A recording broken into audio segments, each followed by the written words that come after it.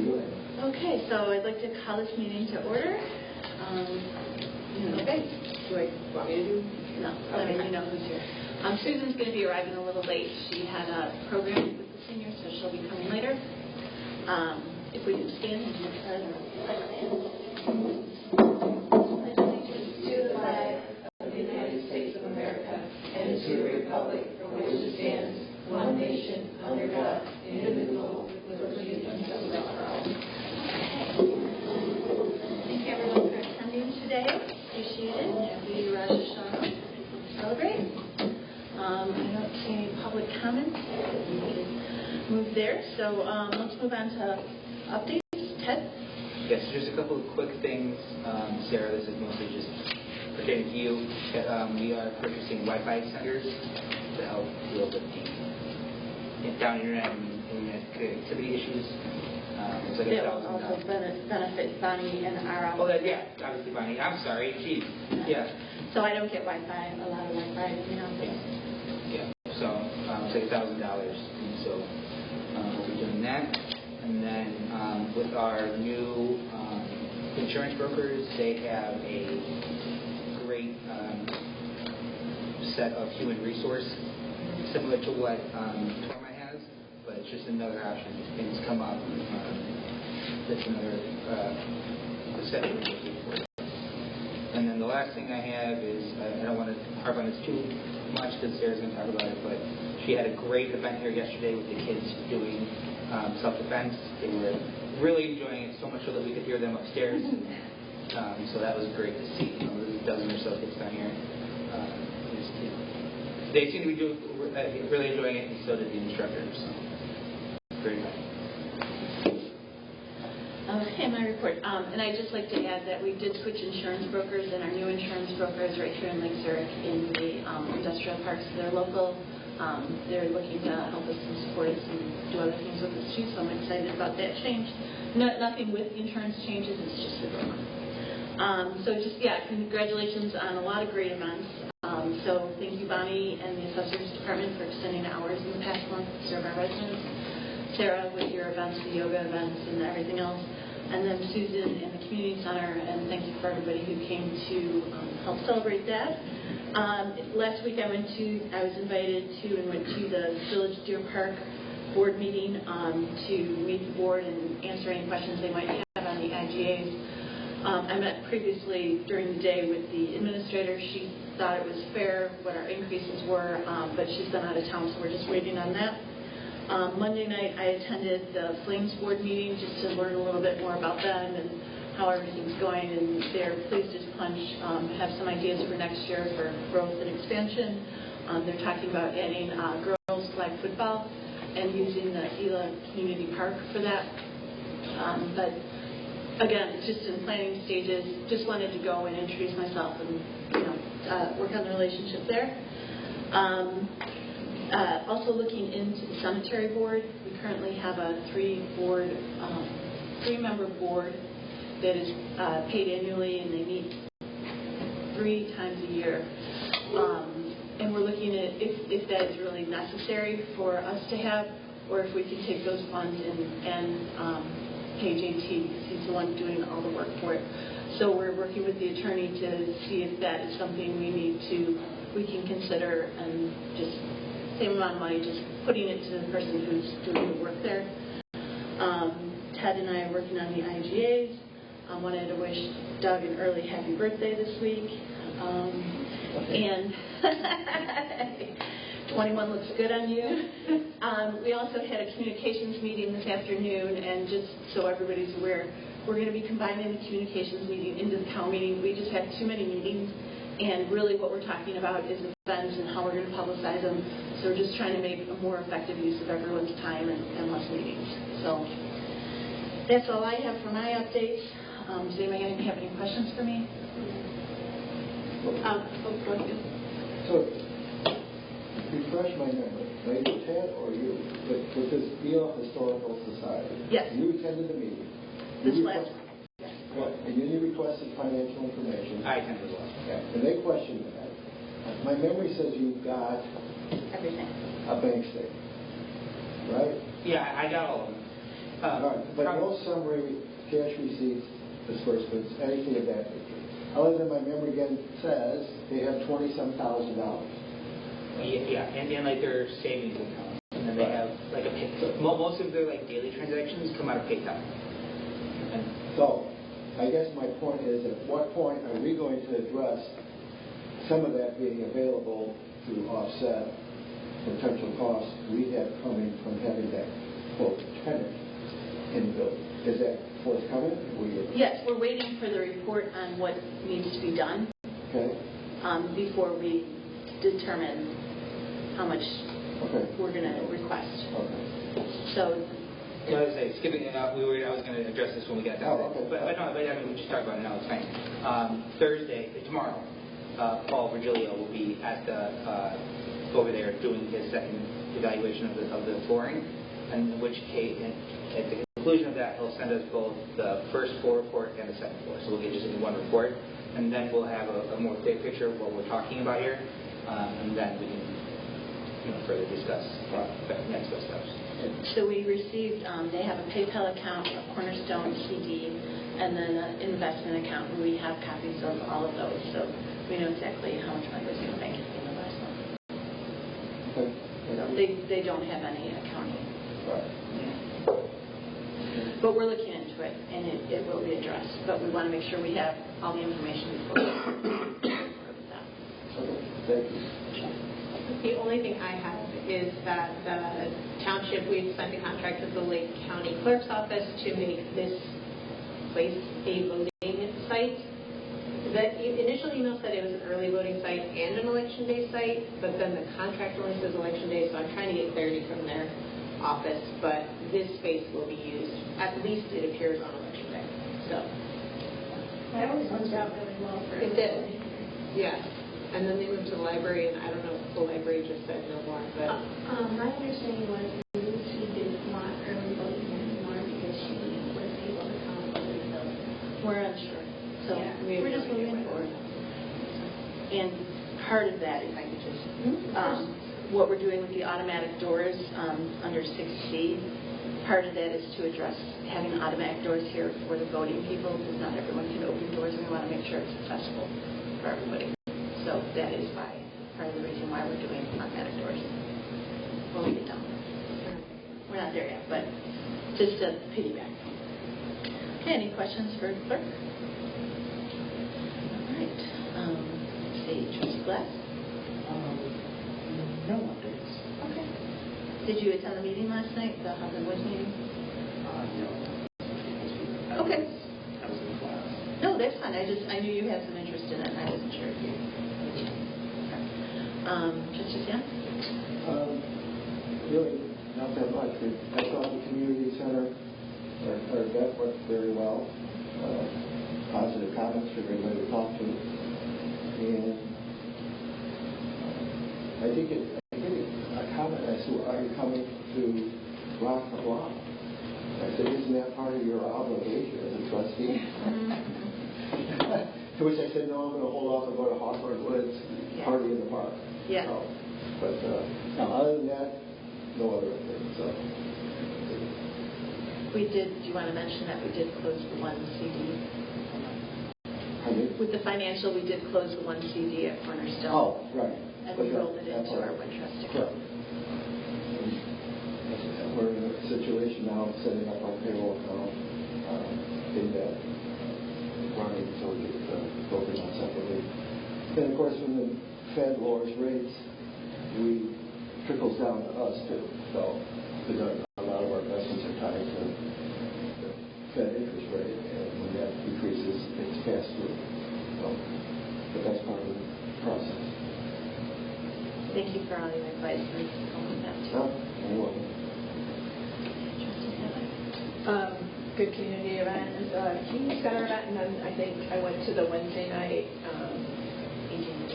Aging and ELA, and I thought it was really, really well done and really well attended. Like I think they said they counted 80 people in attendance. So obviously I think something we should continue doing, and it was nice to see all the community partners engaged as well. Great. Thank you. Professor Barnes? We officially closed for appeals on Monday night at midnight, and I think we ended up with 689 appeals, which is about 100 less than last year, but How many? 680? 89, I believe, is the final number.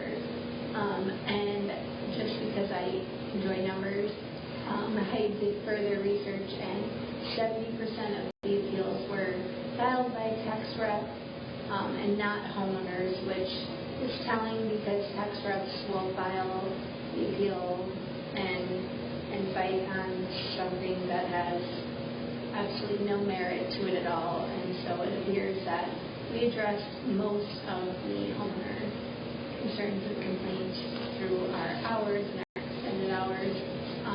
Saturday was our last extended hour day because it was the last weekend of the appeals. We had one person come in, and it was for an exemption issue, and we had like 3 phone calls. So that's something I will keep track of for future years. And also considering that there was one person that came in for an exemption issue, it also makes me wonder if once a quarter we should have Saturday hours just for people to come in that can't come in Monday through Friday. So that'll be something that I am considering in the future.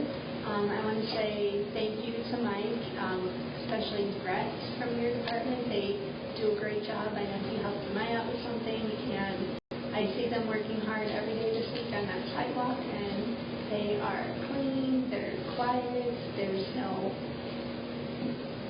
foul language, like it's not like a normal construction site, so it's very pleasant having that outside my office or to hear everything. So thank you for that. Do you want to mention at all the follow-up and problems you were having with AccuBase? Oh, I mean, I could. I didn't want to waste everyone's time. So one of the biggest things with AccuBase with that contract is I still am not getting answers from Warren Dixon, the COO, whatever you want to call him, of AccuBase. And so Lori had to step in and request a response to something this time. Then he responded, I think, 24 hours after that. So in total, his final response to me on a question took like 5 days when he agreed to 24 hours.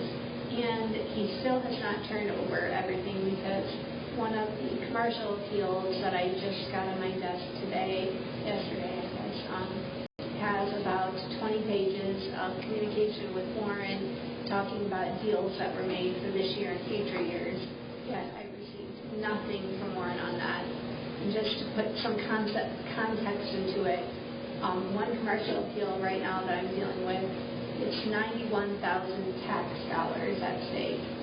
So it's not chump change. So for the school districts and even for us, that's a lot of money. We're working through it. Working for it. It's required to give those documents over to you if you request them, right? He agreed to do that, but what he agreed to and what he's doing are not matching. So I believe Lori told me Ross, our attorney at OMSM, is out till tomorrow, so probably tonight I'll sit down and draft a email to him about next steps.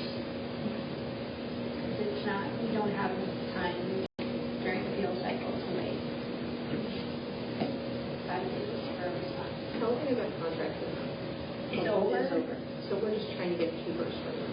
Yeah, so where I'm at, and he was paid in total $86,600 for essentially July of 24 to July of 25. Except July of 25, he did you can go into our system and see what work he did and what he did when he was in the system, and he really did nothing except remove his initials from files. I talked about it at that one board meeting like 2 months ago, and then so it's a question. In my mind, I feel like we were very bad stewards of taxpayer money in terms of not requiring follow-through or proof of work or quality work that we paid a lot of money for. And now, even going forward now, he's not living up to what he agreed upon. So where he was paid money that we opted to not go after, in lieu of him making himself available to answer questions, he's now making himself available to answer those questions. So at what point do we say to the attorney, write a letter saying that we want our money back? We're not saying we're going to do that. No. We're working through it. It was just interesting on the one that I stepped in, asking him for information. All the information was supposed to be sent a month ago, and this wasn't included. There was like 6 pages of notes. So we're working on it. It would be nice to have more information on where the money went, because like you said that like out of the houses that they were supposed to survey, they only got like Yeah. I mean, he was paid what his contract said. Yeah. He was paid for his contract. Okay. I forgot one thing. We finished off the annual treasurer's report. I'm sorry, what? We finished the annual treasurer's report, which Okay. I think went to you for signature. Yes. I have to give you that. All right. So we went through that, got everything in sync, Okay. and that's due by the end of September. Okay. That's for an audit. No, this is the annual report of our revenues and expenditures, where we list vendors and our cash receipts and our payroll expenses. That's published and goes in Lake County, if I remember. Yep. 25 with county clerk. Right. Okay. Thank you. You're okay. All right. Anything else? No. Okay.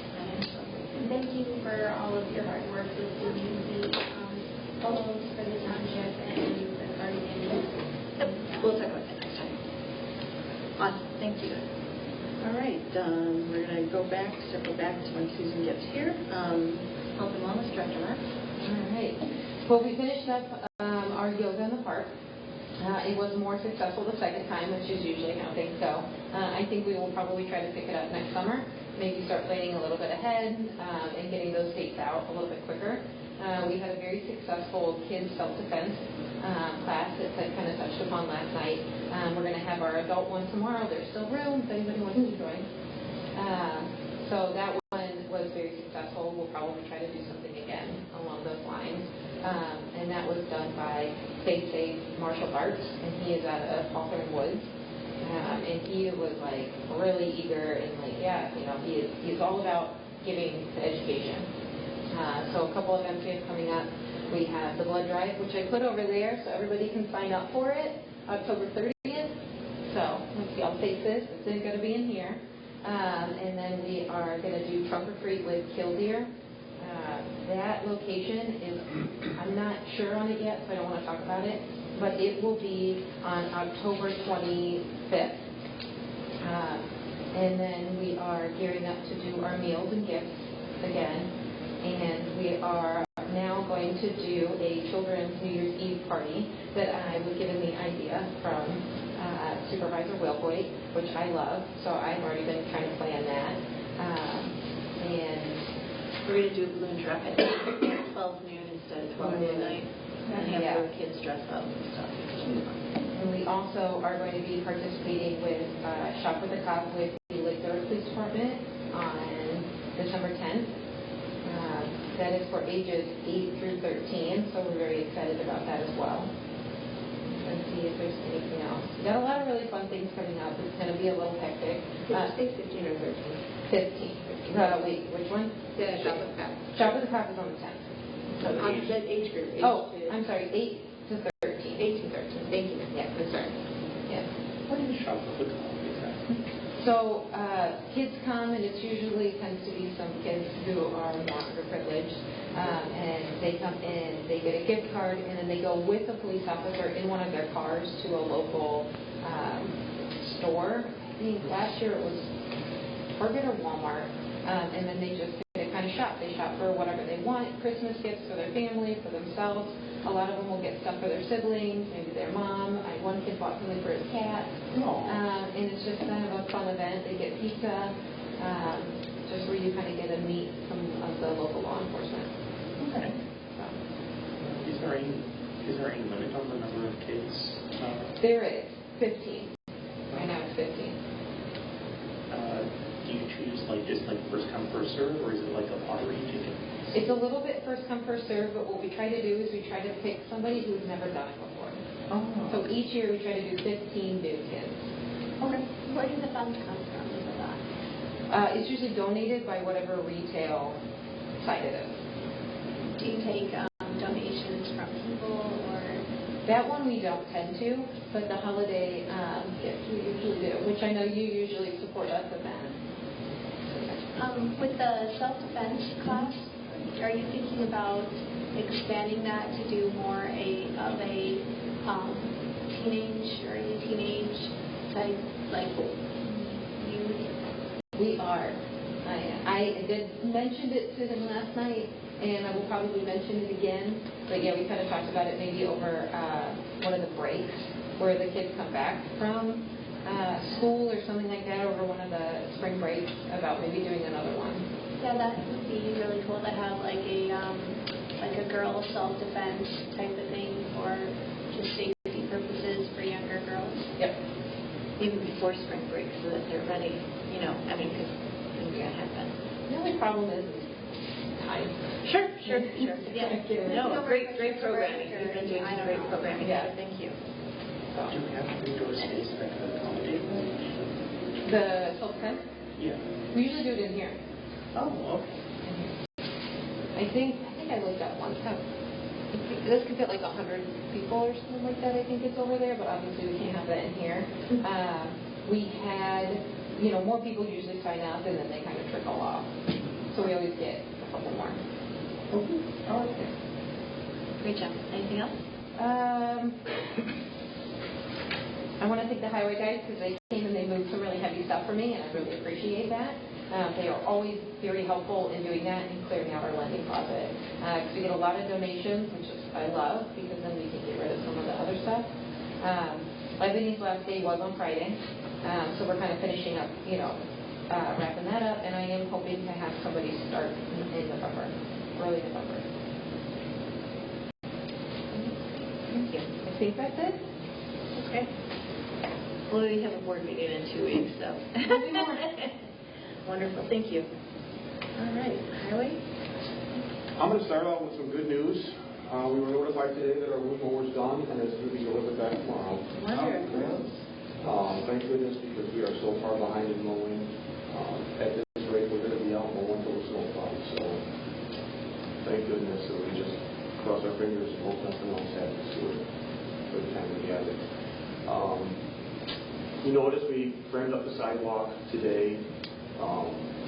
When we started that whole project, we noticed that all the drain tile lines that come down from the gutters that lead into the basin were all damaged and destroyed from when the stair guys came in. We believe so. They dug all through them. All the pipes were broken through, so none of the stormwater or none of the rainwater was getting to the basin.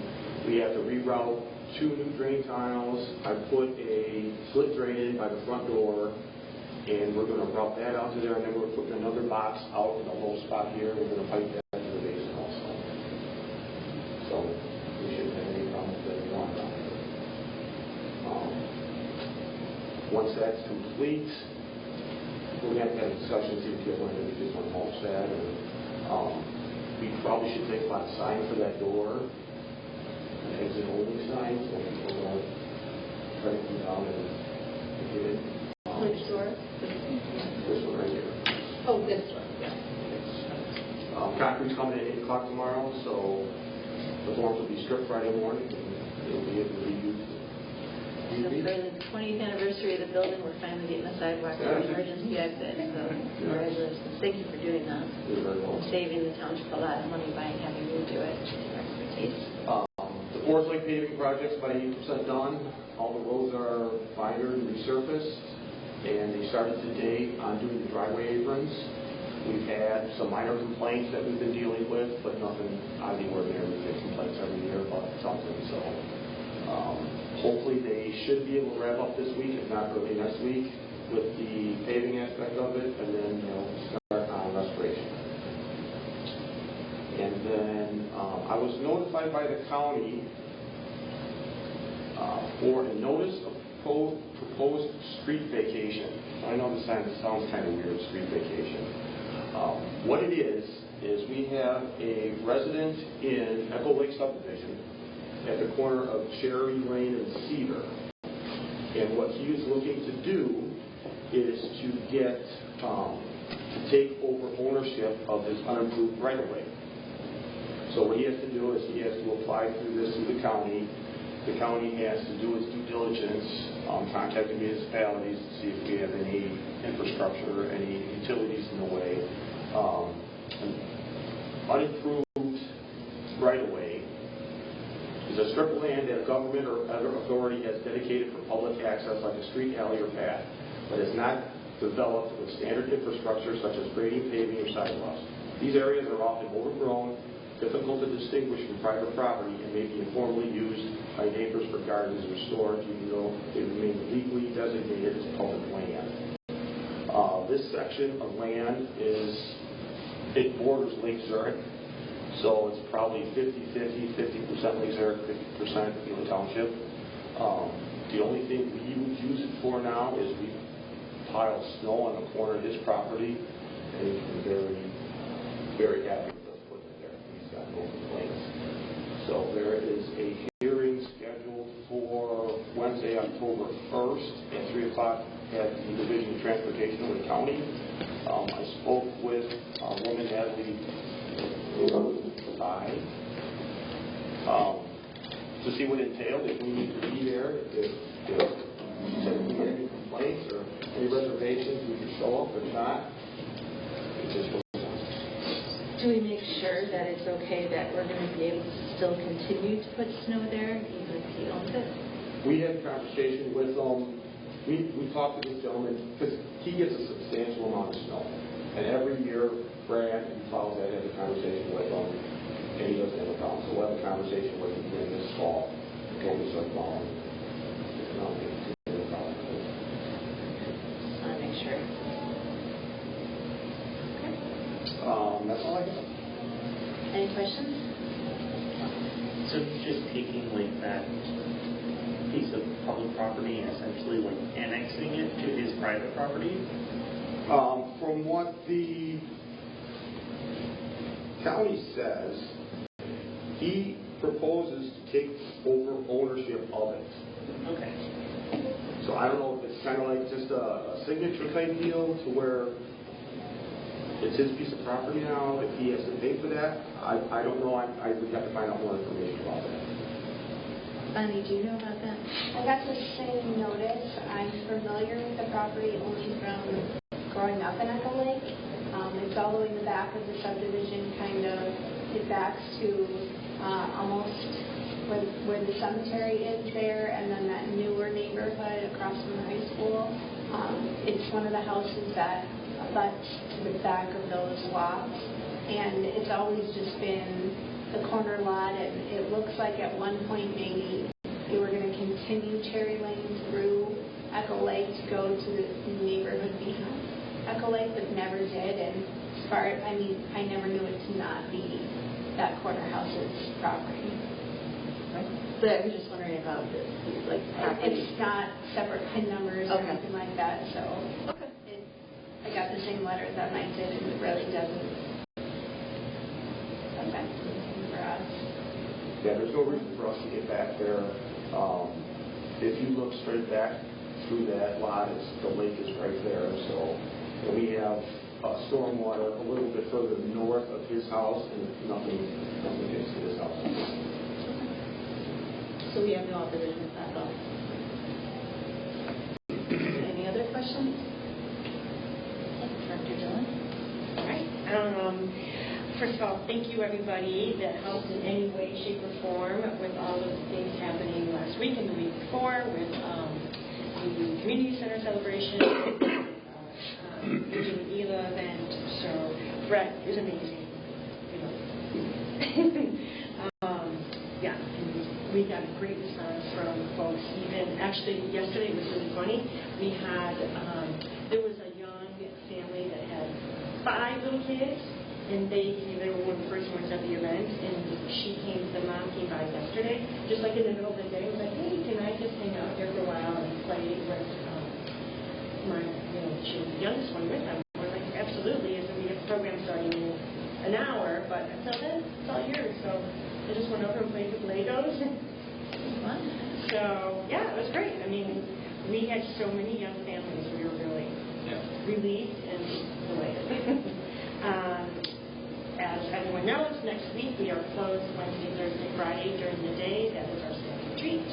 We will be certifying everybody in CPR, first aid, and AED, and then planning out for next year. I know that Thursday morning we're meeting, but other than that, we are locked in and task managed. I have not heard anything about the shutdown. So actually, they were there today. You're talking about the generator. The generator. I love the randomness of them coming. So I never know when they're going to be there or not be there. But they said they're actually, the next step is for the gas line to be brought in, and that hasn't happened yet. And so it'd be great if I knew ahead of time to prepare for that, because and especially in the coming month or so, there's a lot more happening that way. So if the gas is shut off, which I'm assuming it has to be, I would definitely need a heads up on that. And then as far as the shutdown, so the entire building has to be shut down from ComEd for them to test everything that is crossed over. I told them our best bet is Saturday, because Monday through Friday we have after school program, and that's people's childcare. They rely on that. It's not like, oh, sure, we can pay for that. So they seem to think that Saturday was a great day too. But they said that ComEd is setting way further out, so that probably would not be until October and November. So, yeah, pretty much the home club's going great, and we're looking at that day trip in the same club positions to be full time, and that person being trained in shift coordinating. Lisa and Lena were both in an all-day training in Oak Park today for updates to shift for 2025 and 26. And with the way that now plays out with volunteers, whether you're a volunteer or a staff person, you need to shadow somebody for 6 months.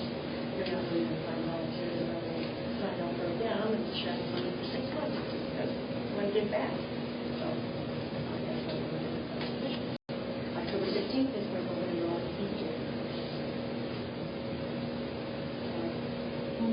Great job last week. Well, in general, but What does open enrollment begin for?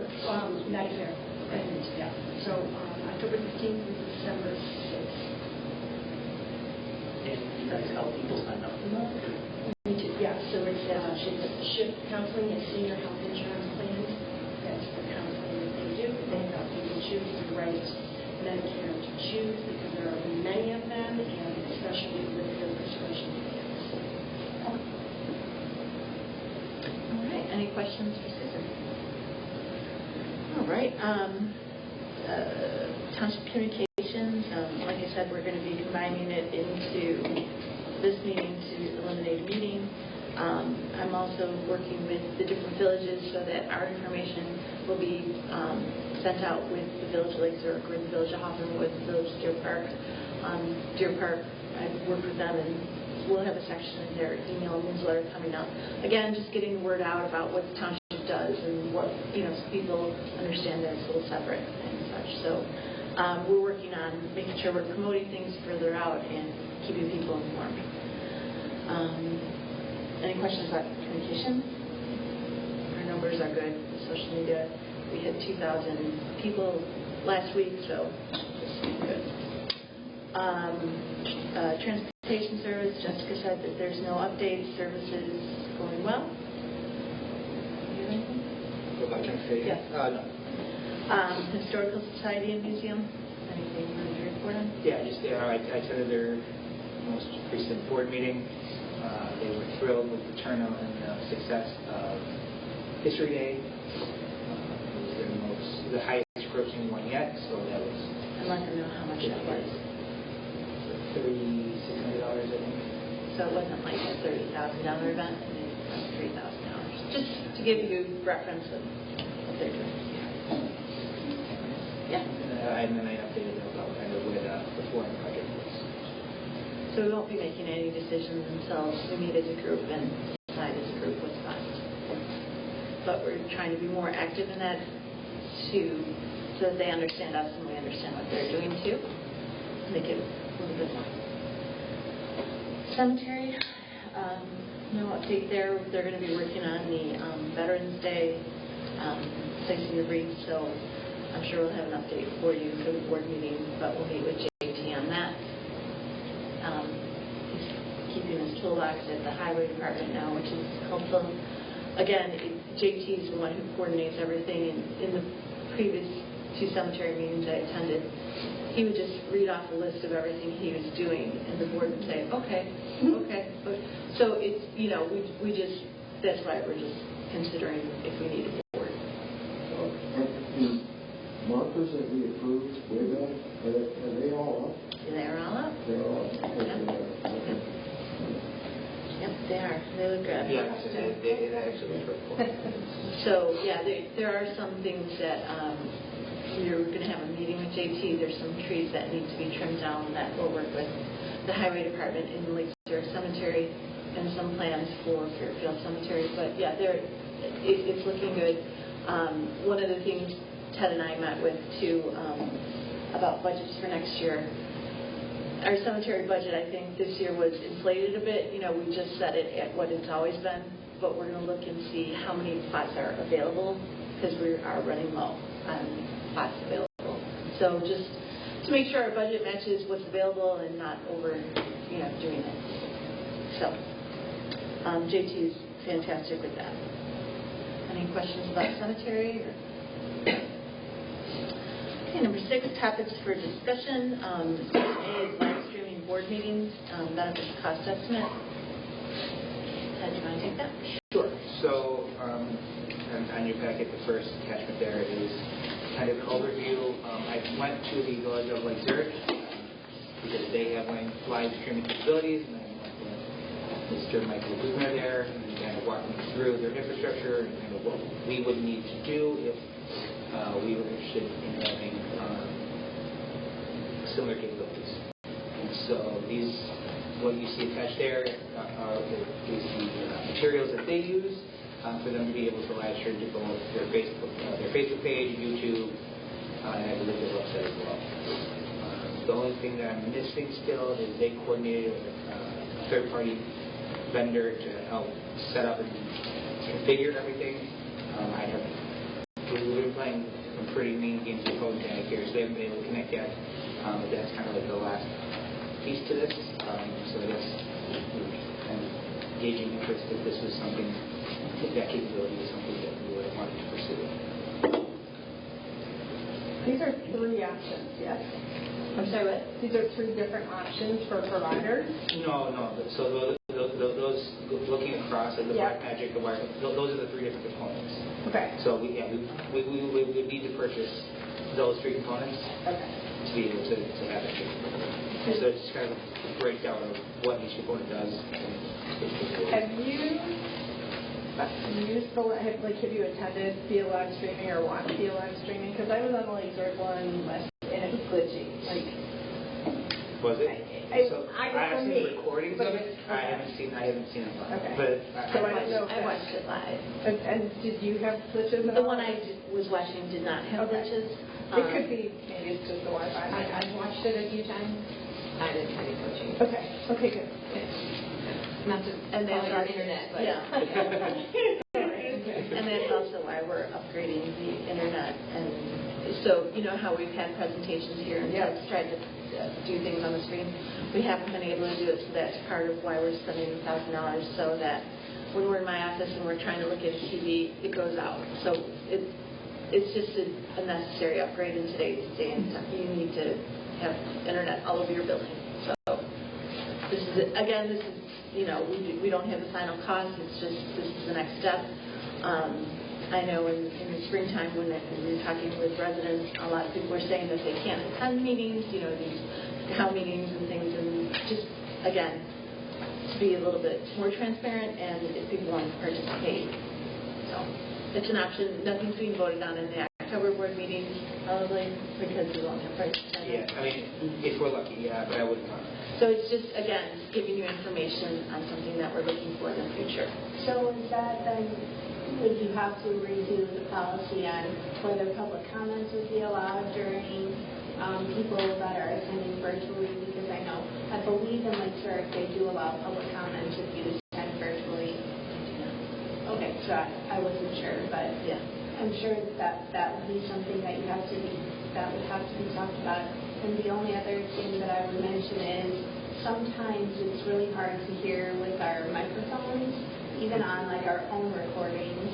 Is that something we would need to improve? I mean, it's probably something that we need to improve anyways, since we watch the recordings of our videos, it's hard to hear board members speaking. I think that part of that is an educational, too, is making sure that board members have the microphone in front of them before speaking. So, that's something we can be aware of. But, these are all options. This probably wouldn't happen until next year anyway. Yeah, I think it's a great idea because I do think there's been a lot of residents that have talked about not being able to get here in time after work or because of bedtime routines and things like that. And so I think it'd be great to allow more activity from residents to be more involved in the township. And just to be clear, Lake Zurich, I think at least when you're live streaming via Facebook, they don't put those they don't address those comments, and I don't think they go into the public record. Correct. But I do believe either Killdeer or Deer Park does allow people to participate remotely. So I don't know if And that would be something we'd have to look at in the future. if we want to make that change. And again, it would be more, in my opinion, and again, without setting any policy or precedent, it would be a phase one, whatever would work best for us, and then if that goes well, then you move to phase two. But it's a whole new world. It's just, we're looking into it, we're getting more serious about it, we're just waiting for some additional pricing. I think it's great that you're even looking into it because you're taking what people have commented on. Absolutely. Did you have any questions, Robert? No, I like this idea. I like it's more transparent. Great. All right, and then we have the building use agreement. Yes, sorry, I don't think it was capable in the right order, but you'll see there's two documents here. These are rough drafts, and just kind of get your guys' eyes on what we're thinking of doing. So right now, we have multiple different organizations who utilize the space, and it's just been kind of more on like a handshake agreement. So what we're looking to do is formalize that process by having both a contract with those organizations and then also a policy authorizing what types of organizations would be allowed to use this space. For the first one, the Ely Township Policy and Public Use outlines, again, what types of organizations would be authorized to use our meeting space. And then the meeting space use agreement would be, okay, so for example, AA meets here, the knitting club meets here, the players meet here sometime, great. So, and then in those specific instances, having them sign that agreement. So what's in front of you, just a draft of those things, and then we'll move this forward. Did we have the attorneys look at these yet? Not yet. Okay. Well, not our current attorneys. This was drafted by Cancel and Blake. So lawyers have had eyes on them, just not our current. Okay. And the section on, is it like for groups? Oh no, I see. It's the section about the priorities for use, right? So non-partisan in nature, non-commercial, and not-for-profit. Do we need to specify anything about? Which agreement? Sorry, I'm looking at the meeting room. The second section was public records. Do we need to put any restrictions on kind of paid or discriminatory groups? We would exclude those. I don't know if that falls under the nonpartisan in nature, but, and again, I don't think it's been a problem, but if you're going to put a contract in place, like, do you want the KKK to be here? Because you said they're not political. They're not but- partisan. Yeah.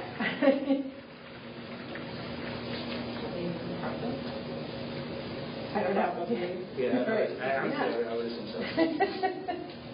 So yeah, so take a look at these. Any feedback, please email Ted. Okay. And he'll keep them. And once we get all our ideas together, the less emails to the attorney, the better. Get all our ideas together and then give it to them. Do you have a time frame for when you'd like to have those comments? By the board meeting would be great. So we can approve them in October, is it? We don't have to approve them because we can talk about them at the board meeting too if we do, but I'd like to approve it by November, just so we could have another, trustee Bowman isn't here in case he had any input on this as well, and then it will give us all time to talk about it if we do want to talk about it at all. Does that sound fair to everyone? This is for the October board meeting? That's why the October board meeting? We would vote on it, yeah, feedback to the October board meeting, voting on it in November. And again, we haven't had any problems, it's just a formality, if you're using space, we should just make sure everything is covered. Any questions? Are we going to establish rules in that, like, i.e., don't go upstairs? There's no, like, if you're using your meeting room. Yeah, it's in there that they'd be limited to public space, public area spaces, so they couldn't come into on the administrative side, in our offices or that's spelled out. We definitely don't want that. So. When you have the lawyers look at, Could you talk a little bit? Oh, sorry. When you have the lawyers look at at these, and you also have to look at our current schedule of fees and such, and we already have rent agreement for the meeting center, just to make sure that we're in accordance with everything else.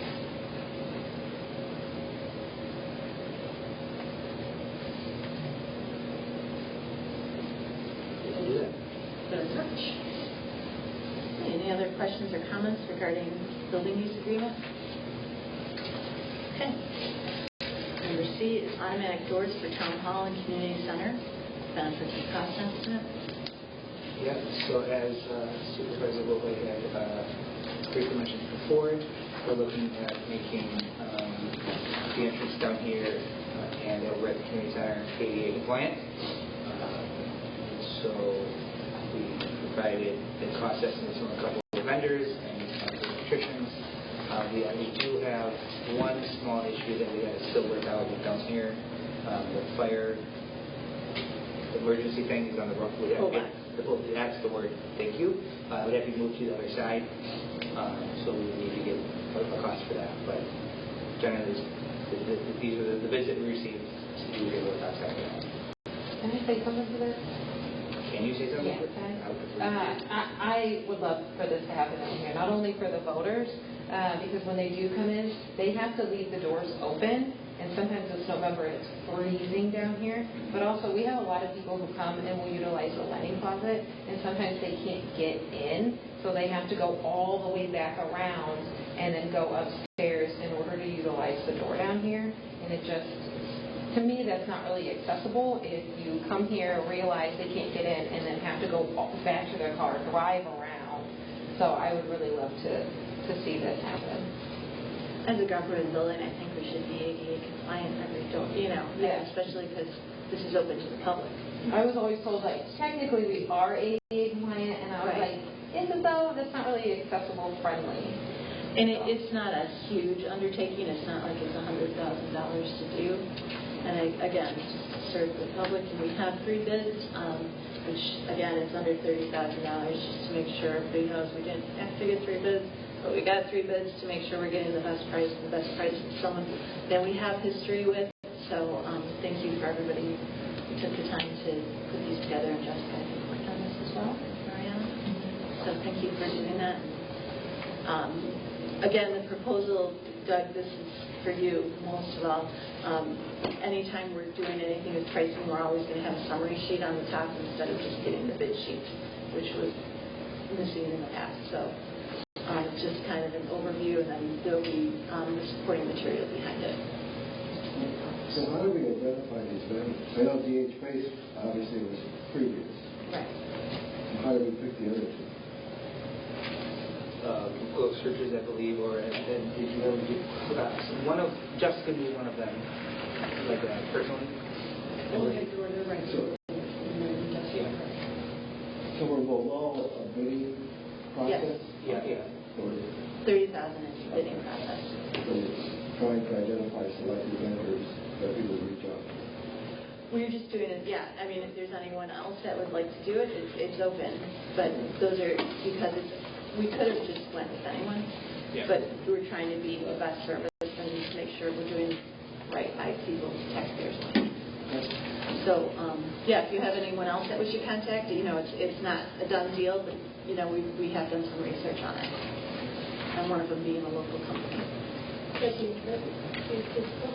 I don't, which one's? One. Overhead doors, one like Zurich and ABI and Streamwood.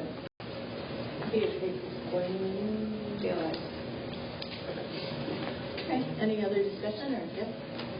So when we're saying like automatic doors, are we talking about like one of the buttons that opens the door? Yes. Yeah. Okay. I think it's great, especially like as a handicap person. I think the more accessible you make the building, I think it's amazing.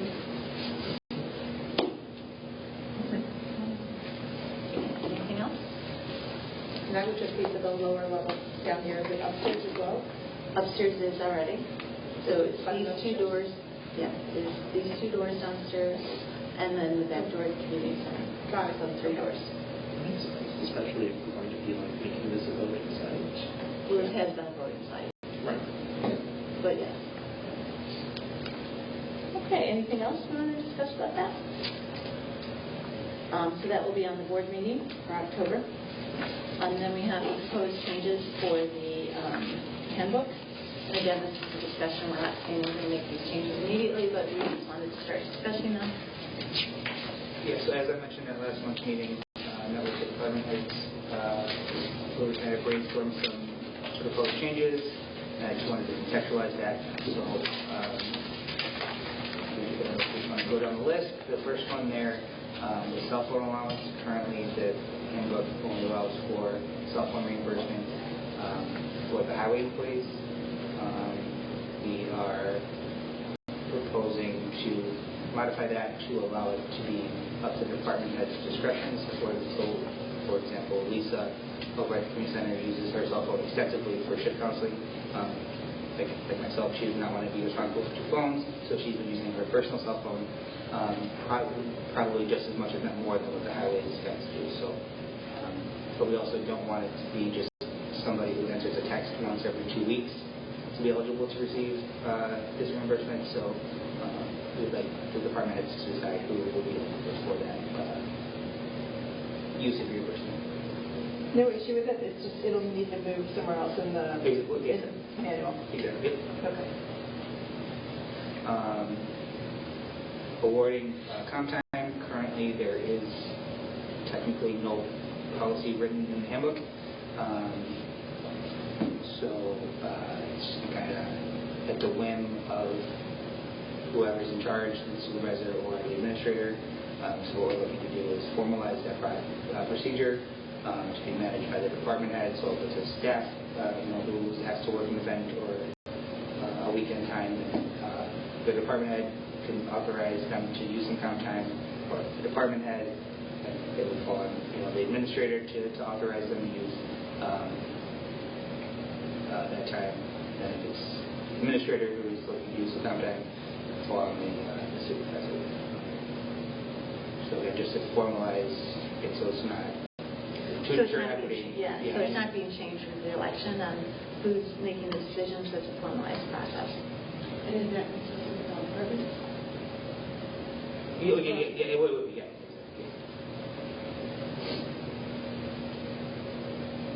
Okay, so the next point that we discussed was part-time PTO for our part-time employees. Currently, part-time employees receive the equivalent to 1 week of their scheduled hours in vacation time, PTO time, and that 1 week is then timed down on their anniversary. discussed and is being proposed is to modify that to have the part-time PTO schedule match the schedule of the full-timers.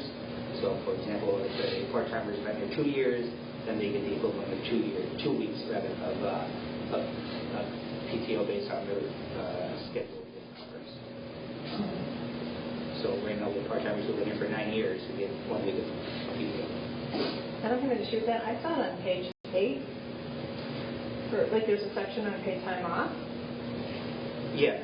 So much earlier not on page 31, so I don't know where that was. And then I guess my other question is, does all part-time employees include permanent, temporary, and seasonal? Seasonal would not be. Seasonal gets the 1 hour for every 40-hour worked. Okay. But if it's the same seasonal employee and they return year after year? Technically, their season is over. So it would freeze. How it works now is when a seasonal employee, when their season ends, they get their time paid out. Unless...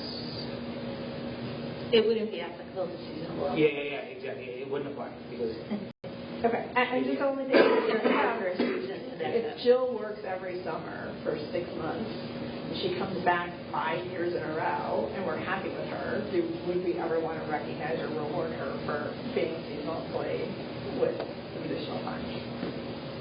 But I hear what you're saying. right now, I think just Okay. clarity, it wouldn't apply to seasonal employees. Okay. So the next one is unpaid time off. So currently there is no policy to allow for part-timers or essentially anybody any unpaid time off. And so where this conversation kind of led was, how we would like to proceed with this section kind of depends on the most previous conversation in terms of if we allow for the part-timers to have more time off, then we would like to limit the how much unpaid time off part-time employees can take. So if there is an increase, unpaid leave will be not allowed.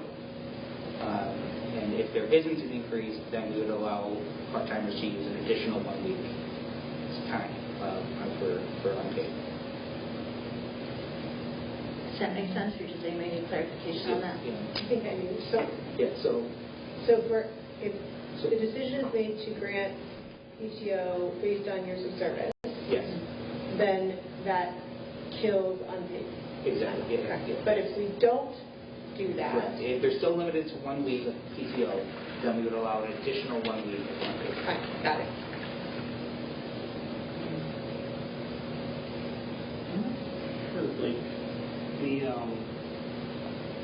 I guess what's the rationale for being more restrictive with the unpaid PTO?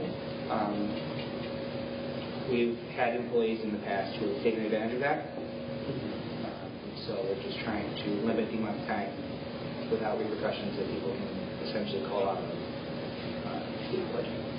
So if they were only scheduled for 2 days a week and they said they needed 2 weeks off, the office still needs to run, but they're not here, and they're like, well, I'm not getting paid, so it's not.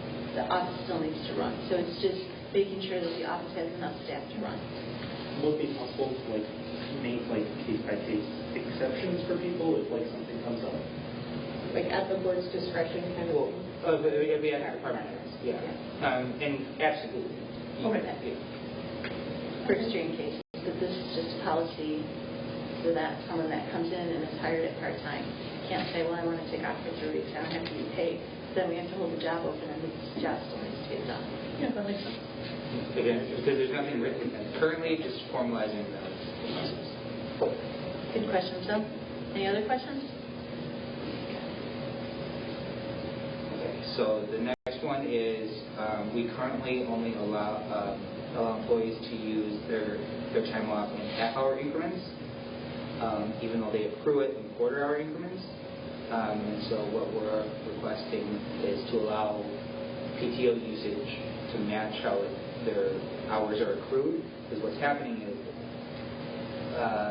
employees are trying to take some time off, but their banks don't quite get to that next half hour, so then they have to leave earlier and then becomes unpaid time because we can't, even though they have the time to use, we can't compensate them for it because it doesn't fall within the half hour.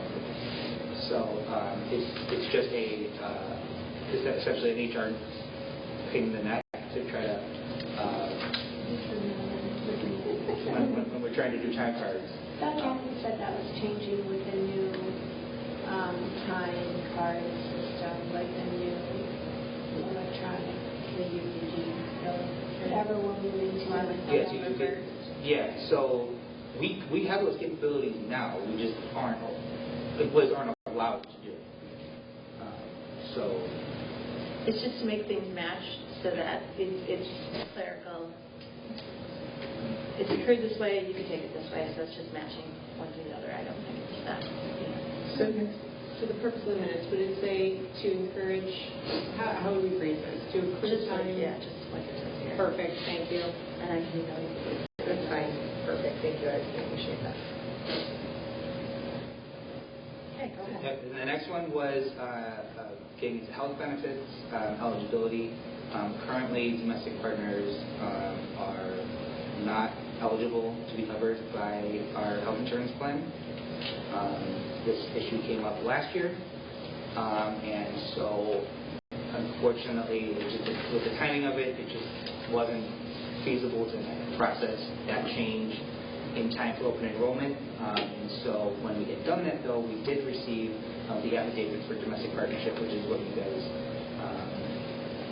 should all have, basically outlining how Blue Cross Blue Shield defines domestic partners. I know that was one of the concerns in the past in terms of spouses, right? That's pretty easily defined, but like what qualifications and what specifications are needed to met to be a domestic partner.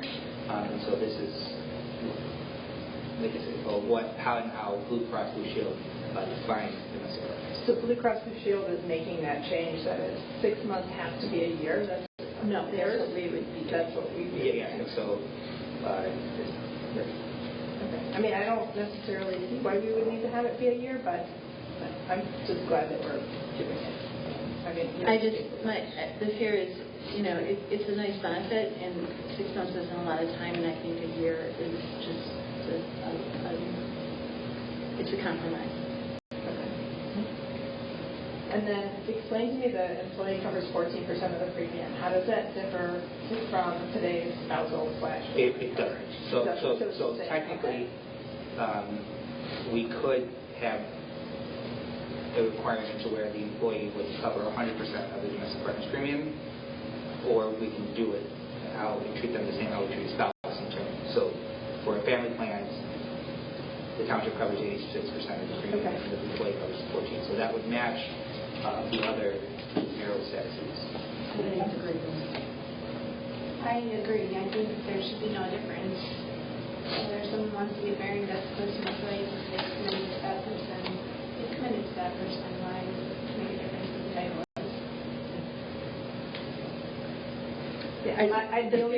Sorry, again, it's 6 months. I would say leave it 6 months, but that's just my personal thing. Yeah, I mean, in the past, that was a fear of, just having someone come in and say, oh, we're living together.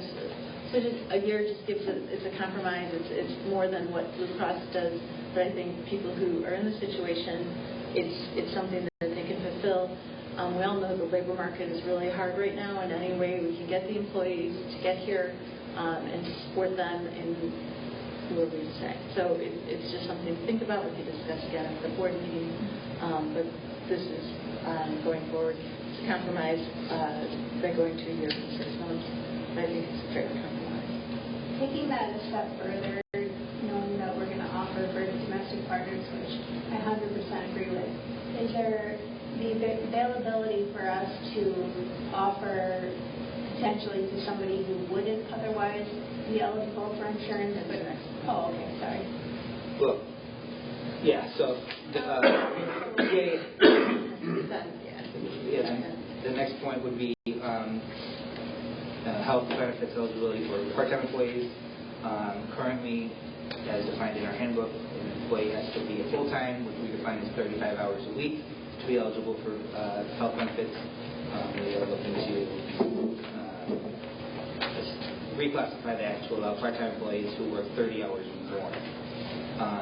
For the part-time employees, however, we would have them cover 100% of the costs. And so the premium, So this would only like affect employees who are working between like 30 to 34 hours per week? With the exception of, yes. Okay.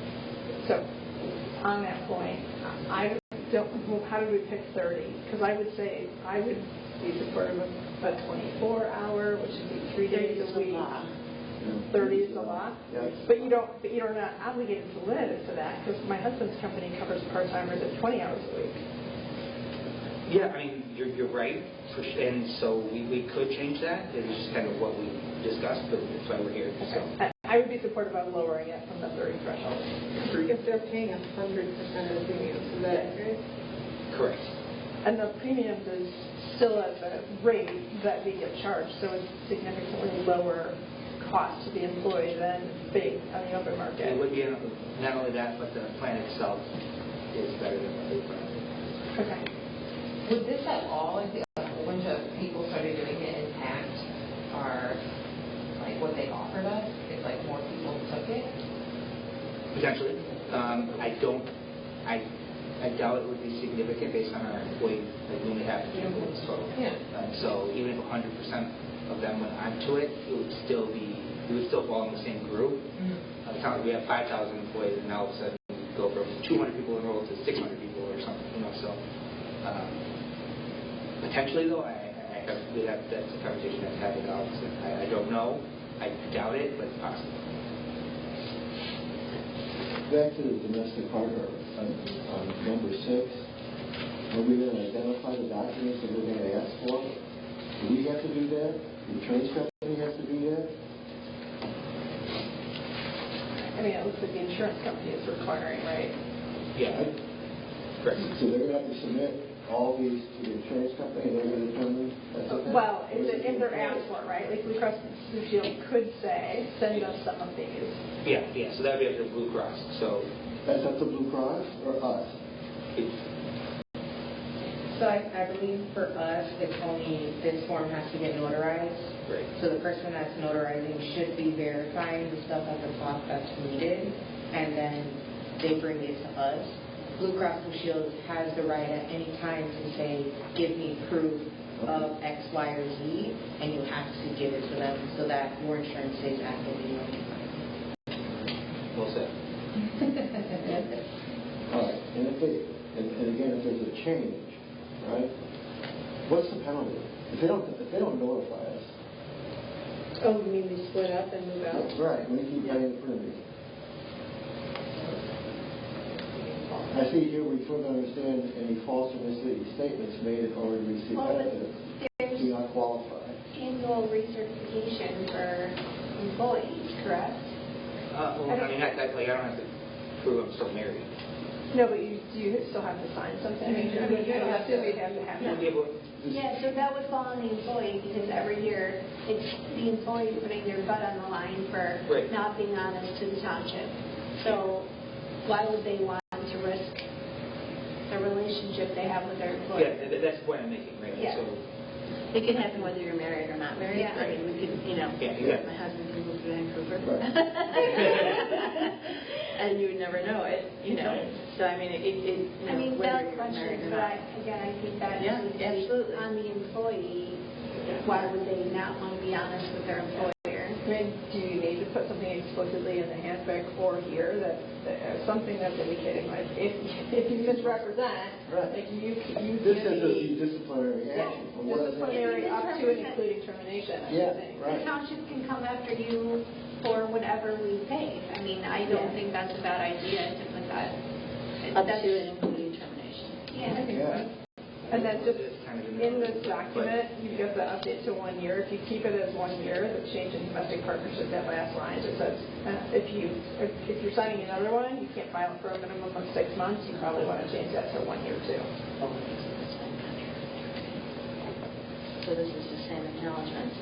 under the Oh, employee I assured see what you're saying, yes. disciplinary action up to and including termination. So if you're lying to the employer. Yeah, and then just kind of rough overview, our plan is to then take these proposed changes along with our current version of the handbook and give them to our new lawyers. And so if there's things like this, right, that would presumably call out to Trying to hash out everything before we hand it to the lawyer. Okay. Anything else on that? The next point is health benefits eligibility for our supervisor and clerk. Currently, they are not eligible for health benefits because they are part-time employees, they're part-time members of the township. We would like to formalize allowing our supervisor and clerk again to join our plan, with them each paying 100% of their premiums, which will be deducted from their monthly. There's an issue with that. That has to be disclosed 180 days prior to the election, because they're elected officials. Oh, I'm not doing it. No, but I'm saying, this you is can't just go do this now. That has to be part of the compensation package. My When we understanding, go the into last election. supervisor got health insurance benefits. Yeah. We have to disclose But that. it wasn't disclosed, is what I'm saying. Like, she just took them after salaries were done, and then she opted to start participating. So again, this would fall under... Take a look. I talked to Jerry, because I want to determine why a trustee is an employee, not an independent contractor. Because why am I an employee of the township? So he explained that, and I went further. I said, what about health insurance benefits? Because anybody can have health insurance benefits, but it's got to be disclosed in a 180-day period when you set your compensation and benefit. So then And I said, what if you subsequently pay for it yourself? It still has to be disclosed. So then the last supervisor was in violation of that 180 days because she took insurance. Maybe you weren't aware that she was taking insurance, but she took insurance. So again, I didn't know that. Yeah, so that's what I'm saying. Like, We're just trying to formalize it. Right, It has so- been I'm done. supportive of it, but I think to Doug's point, like, let's make sure. The lawyers will flush out, right? So Exactly. Great point, and we appreciate it, and we'll look into it. We're just trying to make, again, I don't need it right now, but, next term, if it's me or someone else. If we put it in. But again, just a formalization, because it was kind of done, and we just want to make everything transparent and everybody know what we're like doing. to Doug's point, why couldn't we open it up to any member of the board? Yeah, you trustees Like- can get it too. I mean, if In theory, they're paying 100%, I'm sure it would cost more than what we get paid. I mean, if somebody's willing to do it, don't get me wrong, I'm on that side. it probably would, but I mean, if we're, like, again, and that's why we're here, right? So I get insurance, so it doesn't apply to me, but for a trustee, if they wanted to participate, if we're going to open it up. Attract more candidates in the election, right? Here's the position, and here's what's offered, right? Yeah, so that's a good question. So we'll put that down, add trustee, and then does it have to be part of the salary report? Again, not considering it for myself currently, or Yeah. it's good. We It's a just want to position, formalize it's a the position process for people. so that it's not questioned in the future.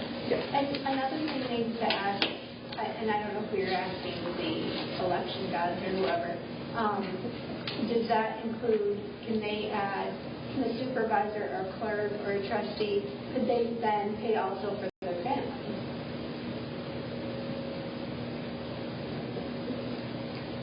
And the silly question, is it because you've been appointed at this time, or has the assessor always given them? well, the assessor is position. Yeah, that is listed as a full-time position, so they are. They're an employee. It doesn't But I don't take insurance because I But have you- insurance through the VA, but it's just, I'm saying it doesn't apply to me because I'm eligible for But the assessor position is eligible for insurance because they're full-time. Otherwise, it should be included. Yeah, no, they're already. And just to be clear, go ahead. Personally, I suggest if we are also talking about trustees for this, leave it as a separate item from the supervisor and clerk, because you do more work, and so I think it makes sense to keep those two separate if we're going to bring this up at like a board meeting. Yeah, well, again, we'll run all this by the lawyers and kind of And then see what we again, can from do the for- trustee standpoint, if you're talking about part-time employees and you're putting a 30-hour limit, then is it not really fair if you've got an elected official who's not working even at 30 hours a week? You know what I mean? Yeah. Like, All right, yeah. Well, So keep the trustees out. by conversation, it varies by township. Yeah. Some townships do that. But it also got to be disclosed prior to Right, the election. so yeah, I have that, I agree that the trustees don't hear quite as much as the clerk and the supervisor, so I would say not to include them on that. Yes. talk myself out of it. That's why we're here. We've fleshed it out, and Doug's experience with, again, we're just trying to put policies in place. It might not apply this time, but in 4 years, who knows who's going to be here. Ask the attorney if there is a distinction, because elected official, again, I think, I don't know how easy it is to find candidates, and that might be a nice way to sweeten the pot without it being kind of a, we're going to pay you $15,000 a year to be a trustee. It might be just a nice little perk and encourage people in the community to consider running. Yeah, but you don't want someone to just take it for that reason. True. Or show up. Yeah. True, that is true. So I really Okay. don't. I would say let's go to phase 1 and include the supervisor and clerk. And then Got it. possibly move on in the future, but I think that's great phase 2. Well, it all might have to be the future anyway, so, but again. Yeah, exactly. Great questions, and that's why we're here. So perfect. Thank you for the conversation on that. Okay, the next item was tattoos. Currently, our handbook states that all tattoos must be hidden while in township buildings. We would like to remove that requirement. Thank you. Agreed. I don't have any. Yeah, I mean, you watch baseball Big one. games, you go out to the You know what? I mean, I'm in violation if you don't. It's something like that. All right, so that seems pretty easily. Okay. The next one was holiday pay. Currently, hourly employees who work on a holiday are paid their base pay plus time and a half. Their rates for hours worked. This is mostly falls on our highway employees who do sometimes partially in part the highway department, and then so we're requesting to move that from 1.5 times to double that. So they'd be getting their base pay, so right now they're getting their base pay plus 1.5 times, so total of 2.5 times. Exactly. And we'd be moving to a total of 3 times. Exactly. I would say for the major holidays, I'm okay with this, but for the minor holidays, I mean, because we have a lot of holidays. Well, I think we're talking later on about making some floating holidays, so would it change that anyway?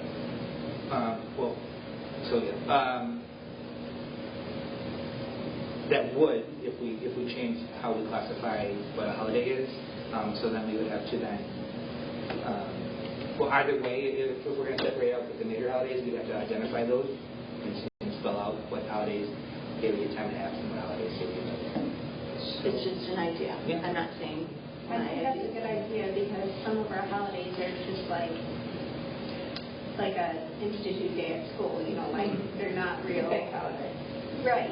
I don't want to call it a fake holiday, because to somebody it's a real Native holiday. American, I think the highway department guys were more concerned about Christmas That's Eve, what I'm saying. Thanksgiving. Major holidays. Thanksgiving, or winter time, where you don't have the option.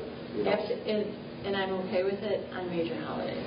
But, when it comes to Indigenous Peoples' Day or veterans, I mean, July of course 4th, we you're appreciate planning on it. stuff, if you're going away for the week, Memorial Day, How often are they required to work on those days too, though?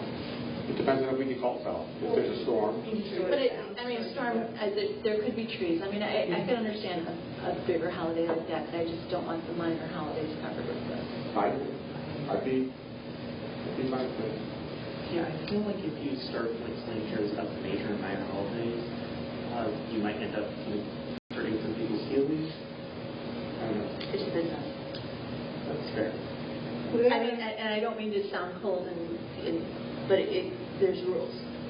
It's you have to cover that somewhere, and you have to, again, if somebody's working on Christmas, Thanksgiving, New Year's Eve, I mean, those are legitimately family days that you would expect to be with your family. The only thing that if we do that is then we have to open it up to like Rosh Hashanah, and because not everybody Well, follows Christmas the is a Christian. federal holiday. I know, but I'm just saying, as a government, I'm just throwing this out there for discussion, that we have to be fair to everyone, But you wouldn't And get what's a holiday major pay. holiday to me is not a major holiday to someone else. Yeah. Again, it's just discussion. Well, okay, here's the question. So, I believe Rosh Hashanah is right now, correct? So, let's say we got some terrible snow. This isn't a holiday, so they wouldn't get a holiday pay that day. It's not a township recognized holiday, which is what we're talking about. So, then, I know, I'm just throwing it out for discussion. but I can see like Hanukkah, because that does fall over Christmas. So, But Hanukkah is not a major holiday in the Jewish faith. So it's Rosh Hashanah, Yom Kippur, Passover. it seems like we're cutting threads here.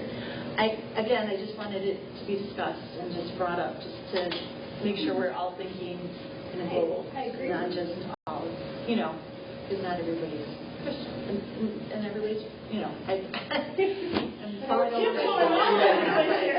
I just want to make sure we're making this as an informed decision. Yeah, I think what Kristen was saying is a good point, though, is those aren't federal holidays to begin with, so. There's 10 federal holidays, but some of them include days like Columbus Day, where I don't know literally anyone who goes off and celebrates Columbus Day. That is the state of Illinois. I think we're still calling it Columbus Day on our school calendar. It's federally still Columbus Day. But whatever. There's just some of those are not big celebration holidays. Yeah, and again, we don't need any decisions today. But Yeah, we'll that's always a good distinction to make, is that only the big holidays.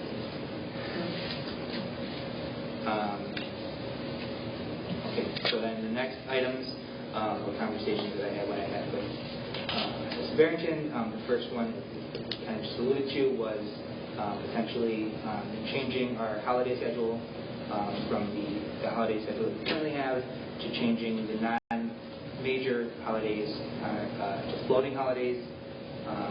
So Indigenous Peoples' Day, the township will be open, but then employees in exchange for being open would be given a floating holiday where they can use that day. If Indigenous Peoples' Day was one that they did want a day they did want to have off, they could take that day off, or they could then use it on a different day that they would. On their birthday. Oh, Yeah. what holidays will we, I disagree with that, because we are a fundraising center, and you can't run with one person, so I would say, fine, everybody wants off, but I'm happy, I'll take the full holiday, so I'll be working somewhere else. I can't help it. It would have to be department specific, but I know that is what the county bases off of. Their holiday schedule is based on a floating holiday schedule. And in terms of like my office, it makes no sense for us to be closed on a day when maybe that's a day where homeowners could be coming in. Just like during appeal season, there's a few holidays that could be not considered, that could be considered in the floating holiday day, where it would make more sense for us to be available for taxpayers. And obviously, it's up to you, the department head, to make sure your department is staffed. So it would be up to me as the department head to say, well, yeah, it's a floating holiday, but you can't all take off on that day.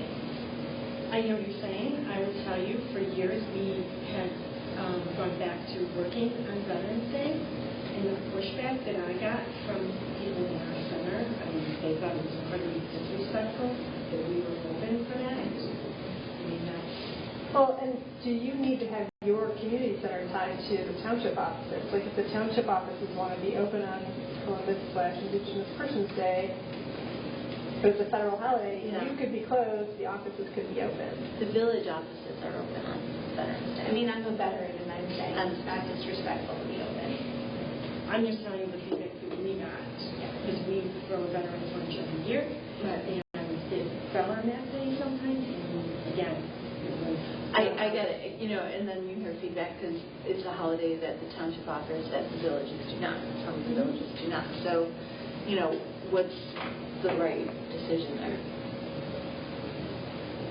I like floating holidays because I think it then does also allow someone to, say, work on one of those non-major holidays when the office is to be open, and then take the day off if they want to take Rosh Hashanah or Yom Kippur, and they're not having to use PTO for it. And I mean, like you said, it has to be with the permission of the department head when you're taking it off. You can't just take, I'm going to have my floating holiday, you have to take 6 other people out of your regular. And as a department head, you should be running your department anyways, and all days off need to be approved by you. I mean, the administration side, everyone can't just decide that Monday the 14th is a floating holiday and Ted didn't want it up. I've still got it approved, all those days being taken off. So I think floating holidays is a way that a lot of employers are moving to today's workforce. And I think, like you said, to be competitive as employers, that's also something that we can offer. Township offers way more holidays than a lot of employers do already. And by offering them as floating holidays, I think it's even more attractive because it gives people the opportunity they want to take the day after Labor Day every year. So instead of calling sick every year, which I had this year, they can take a floating holiday and make that, 5-day weekend or whatever. I thought if you called in sick after a holiday, you would get paid for the holiday. That's actually something that I want to add into the handbook. No, you can use PTO. I didn't think you could call in sick, though. You just have to, technically, yeah, that's right. Yeah. Because it stops that, so then it's all of a sudden like, where is everybody? Now no one's here. I had an employee call in sick the day after Labor Day this week, and she got sick. Well, can they document it with a doctor's note? I mean, if they're on their boat I don't somewhere. think we can ask for a doctor's note. Unless they use 3 days, right? Which is why Yeah. where that gray area is. So I think we talked about putting it in the handbook now that you can't call in sick the day before or the day after a holiday without it being like an emergency, like you got your appendix out or your tonsil, something emergent that you can't plan on. Like you can't get strep throat on the Tuesday after Labor Day. But if you got COVID, Unless you got it, But you can get strep throat the day after. That would also prevent people from scheduling doctor's appointments the day before, the day after a holiday. This seems to be more like a management problem and not a policy. I think it needs to be in writing though. Like then you can ask for a doctor's note on the day after a holiday if you're going to call in sick. We can. It doesn't need to be 2 days because If it's a policy, if it's in handbook. it's in the handbook that we can ask for it then because I think there are people who take advantage of it. But I agree with the Specifically, management. I think it's a management and not a policy. I've never encountered that, and I've been here for 14 years. I had an employee that asked if her sick time started the week before and then she called in sick.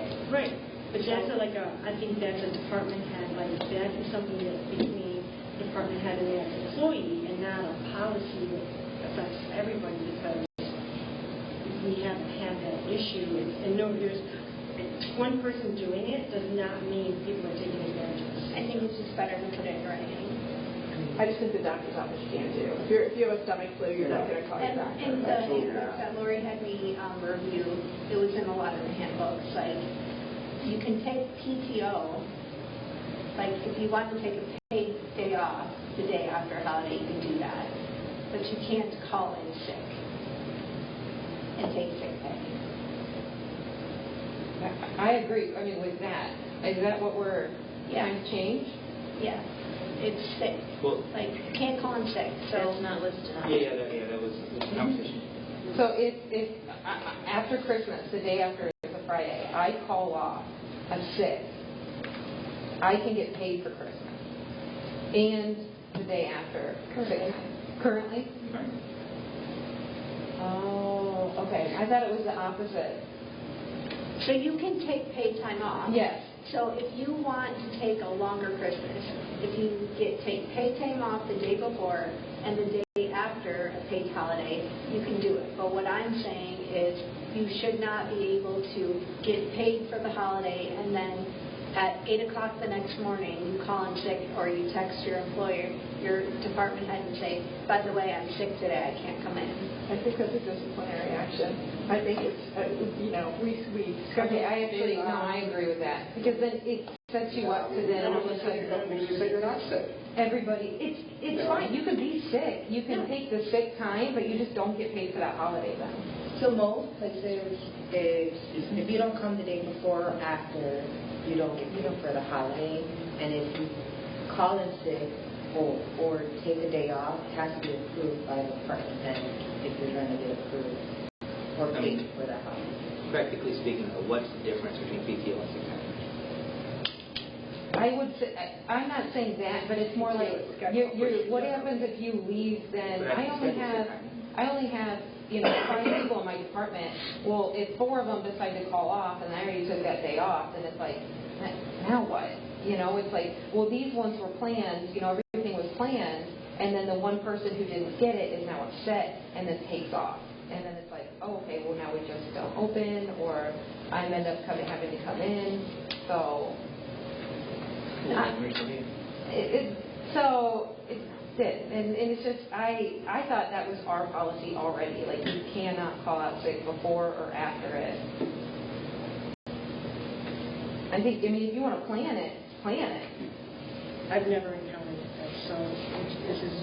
I thought that was standard. Everywhere I've worked, that's how it's been. In my corporate job, in the hourly rates, you were not paid for the holiday if you called in sick the day after. Yeah. So like, And that was in the Hyatt. And what I had Bonnie look at too is we were looking at like Hyatt manual, like corporations, like big corporations, not right. so like, if somebody gets sick the day after a holiday, they're basically forfeiting the holiday pay if they take a sick day?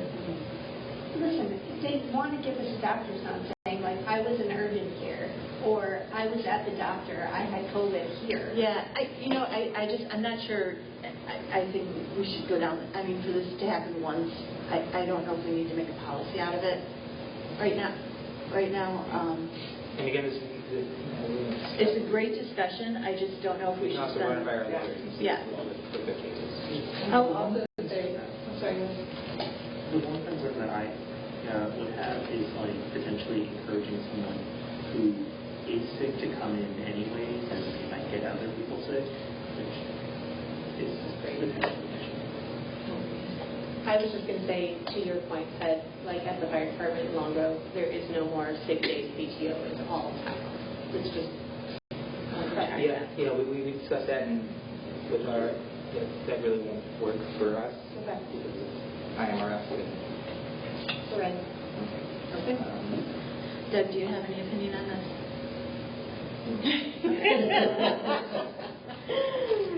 And then the last thing I have here, we discussed start times for shifts. We have our posted hours, but having language in there that specifies that if your shift, your day starts at 8, you need to be at your workstation or ready to go at 8 o'clock.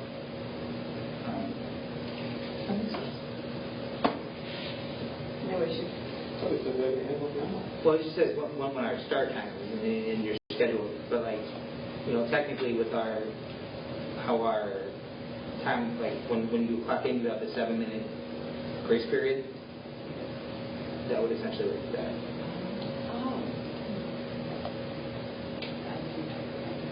Earlier than my start time. Maybe I could sometimes late. Well, no, like your hourly employees. They're walking in the door at 8 o'clock and they're supposed to start at 8 o'clock. Yeah, like during field time, I said to my employees, 8 o'clock start time doesn't mean you're walking in the door at 8 o'clock. It means you're at your desk ready to answer the phone. And 90% of the year I don't care, but the 10% of the year where there's people that probably are going to be calling in angry, who need to be ready to work at 8 o'clock. So does that mean they're absolutely out the door by 4? Or whatever time their ending time is? Because that would be the fair. No, 5 o'clock means you can shut your computer down at 5 o'clock. That's what time you stop work. It doesn't say get in your car at 5 o'clock. 5 o'clock is when work ends. 8 o'clock is when work starts. So you're in your desk ready to work at 8 o'clock. You can shut down at 4:55 or whatever so that you're out the door by 5 o'clock. I don't care about that, but you need to be in the office ready to work. So then it comes up, are you letting your employees clock in early when they're sitting at their desk getting ready? Or no? Like, If they are here we start at 8. If they're here at 7:50 and they want to clock in at 7:50, I really don't care. that's the only, I guess, issue with a lot of hourly employees is if I'm here at 7:50, am I clocking in, or you want me to sit here and wait till 8 o'clock and clock in? I don't care if they clock in at 7:50. You just want them ready. I want them ready Won't to work that- at 8 o'clock. Could that potentially cause a problem then if they do that consistently and then now it turns into overtime pay? Well, is overtime over 40 hours or over 39? Over 40. So you're right, you get straight. 40 hours a You week. still get paid extra. That would literally, because our office only works 39 hours, so that would mean 60 minutes. So 60 or 6 times they'd have to be clocking in. Or where they come in the quarter till. I mean, I know what you're saying, because, again, like, sure, I actually got there really fast today, so I'm going to clock in, it's 20 till. Or just like, I need a little bit more money, so I'm going to come a half hour early every day. Well, but also, I mean, as a department head, you're approving time cards, so if you're constantly seeing somebody clock in at 7:30 and you saw them at their desk every day playing on their phone, isn't that my job as a responsible servant to the taxpayers to be saying, like, that's bogus? You weren't here working at 7:30? What if they were working at 7:30? Yeah. I mean, if they were legitimately working and there was work to do, but if there is not work to do, I mean, that's my job as a manager to ensure that, 90% of the year, there is not overtime work in the assessor's office. And Bonnie, your thing is you just want to make sure that your employee is ready. If someone walks in the door at 8 o'clock, that it's In not those- a 10-minute wait for them to In get those here, 30 so. minutes when people are coming in angry, I don't want them to be walking in with my employees. Yeah, and having to wait for your employee to log in, open up programs. I mean, we're here to serve residents, not, I wouldn't mind having that you have to clock in the building.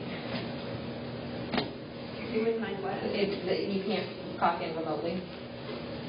Who's clocking in remotely? You can. You have the ability with Time Pro to clock in remotely. That might switch with the new pay system that they're doing, so that could be just a good point. Well, we'll have to talk about that because I have the one employee that works outside of the office, taking pictures and stuff on the weekends. So he's going to need to. Again, that's an exception. Okay. That's not the rule. Okay. These are just preliminary conversations. I mean, they're great conversations to have, but Yeah, I've been in the problem. I haven't experienced this. The other thing is you have more employees than I do. Yeah. So if like 5 people call out for you, it's not as bad, but if like 4 people call out for me, It's not great. It's not great. I mean, it's not great, but Right. like, I only have 5 people, and it's just like, oh, okay, well, then I'm kind of stuck. So I think that's more of a deterrent for like, please don't do that. Like, you want to take off. We can all sit down and like have a conversation if someone wants to take off. Like, that's usually never a problem, but if they just kind of pull the rug out from me like that, really, Yeah. it gets me. And likewise, I mean, I have 3 full-time people. So when one person calls in sick after a holiday in our busy time, like that crippled my whole office. So it was a big deal. And it wasn't like a normal one. It was like the day after a holiday, after she told us that she had plans to go to Chicago. You know what I'm saying? Like, yes, it's a disciplinary thing, but how much can you, it should just be in the handbook. You can't call in sick after a holiday. You can't, you just have to pay the holiday. Yeah. Exactly, like you just. So we didn't even have that on here. So I think we have some direction and great conversations, great input. I have more, but I'm happy to send them. I don't want to drag everyone down into the... Well, so I think your department is a little bit different because you also don't stop at 1 o'clock on Fridays. So Right, we are, and I fully recognize that we are unique, and also we have monthly meetings, and so everybody is very aware of everything. Because we don't have, I have 5, including myself, 5 full-time employees, so it's not like it's a huge department. So I guess that's the thing that you can account that if we're putting in the handbook, it would affect everybody Yes. versus having a department. Correct. And to be, if I can, permission to speak freely, quite honestly, if my staff, and they actually do read the handbook, if they saw some of these things go in the handbook, they would say, keep on Fridays, this isn't, like, morale would go right out the window because they would feel very pleased. And I've never had an issue with any of the things that you've been mentioning, so it would, that's why I say I felt like it was more of a department head issue and, to employee as opposed to a policy issue, because I haven't encountered that. And I'm not saying that, we're the golden child, no problems happen, but we just haven't had that kind of problem ever. What do you feel like as police? Because a lot of this is like loosening the requirement. The workstation one. The workstation one, okay. the call-in sick the day after a holiday one. So just like the that. recent ones. Yeah, or even like the... But you also don't have a workstation, so again... I have several. I mean, and I'm not saying that flippantly. I mean, like, yeah, everybody is there. And if they come in, that's why I asked, does that mean that they're out the door by 4 or 5 or whatever their shift is? Because rarely are my people out the door at that time because usually they get stopped by somebody. Your people behave more like exempt employees as opposed to where you're paid. 110%. Would it be possible to, if there's... Maybe you need your own hand. Yeah, that's what I was going to say. Do we have, some of these things different between the departments? So, technically, You're not no. in an office environment, though. Could you just make references to discretion of the Well, department and head? again, that's kind of what, generally speaking, we want to work more towards because our departments are so unique. Technically, the only department that's authorized to have their own handbook would be the assessor's office. That's it, I'm going hardcore. It allows then, if Sarah has a really strong employee who truly does get sick and they've never had that issue, you're going to penalize them because it's in the policy, or are you going to give her the discretion of saying, Right. yeah. But then do I also have the discretion to be like, okay, you called out, you already told us you had plans on not paying you for the holiday? The flip side of that is if she has 2 employees, and she lets one of them use sick time on the day after holiday, and then the next employee does. But I feel like that's a lot. Well, exactly. Right. That's where I'm going, right? So if she lets employee A get paid for a holiday after using the sick, after going on sick, this but sounds like employee a doesn't. question for the lawyers. Yeah, so let's we have our notes. Kelly, you and I can meet afterwards and go. And next step is to take it to the attorneys, tell them some of the discussions, see what their feedback is. We're not making any decisions today or next week or in 2 weeks. I appreciate everybody's input and discussion, and if there's things you wanted to say that didn't say publicly, you want to come and talk to Ted or myself, please do, or email us, let us know. One last question. So, we're not voting on these changes, in the October order? Correct. No. When we do vote on them, is this going to be a line by line for each of these changes, or do you want to bundle them all together into When one? we get to there, we'll tell you. Okay. We're not there yet. And some of these things might be dropped, just depending on what we're doing. So I don't want to make any blanket statements. I don't know. Can we have addendums, A lawyer Like question. community center addendum to the handbook or Yeah. something like that. Attorney question. Can you ask that? Yeah, anything is up for it. It's just, I want to be conscious of people's time too, and I think it was a great discussion. And again, we're open to more ideas or anything else. Feel free to call, text, send us. You know how to get hold of me.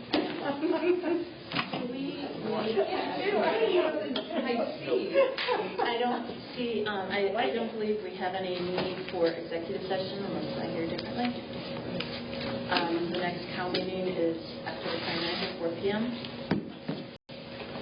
Is there anything else that anyone wants to discuss before we close this meeting?